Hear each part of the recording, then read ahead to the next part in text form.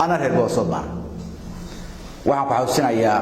boos waxay maraysaa Cabdi Cali Geed baa ugu horeeyay waxaan ugu dambeeyay in deeradilo waa 17 maayir weey hal nin oo geed beeray kuma jiro hal nin oo geed magaalada dhexdeeda ka muuqda oo oran kara duqaasa beeray ma jiro wasiirka madaxweynaha iska badbaada saraakiisha ilmo Ismaan Diyaano waxaan ugu baahadinayaa oo ku bogaadinayaa oo ku soo dhaweynaya magaalada waxay ka degan yihiin bariga iyo galbeedka labada aag oo xaafadoodu ay degan yihiin madaxweyne barinta timaado arag waxay dhirka beereen say u nidaamiyeen say wadooyin ka dhigeen xaafadaha u dhowna wareyso macnaha dadka markii loo warqaadayo waxa loo sheegaa war khaldan waa noocaas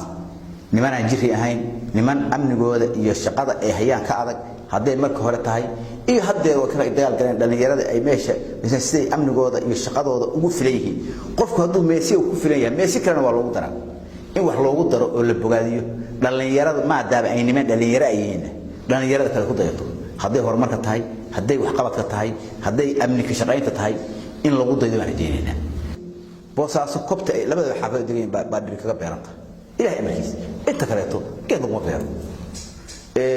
Abdurrahman Maxamed Faroole wuxuu yiri tumaanood beer ko haastay war magaalada beer dhigay oo beeray oo waa kaas yiri ma tumeel beer qurux badan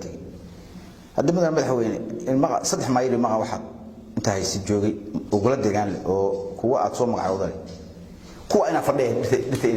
magaalada kuwa ma qortay qof mar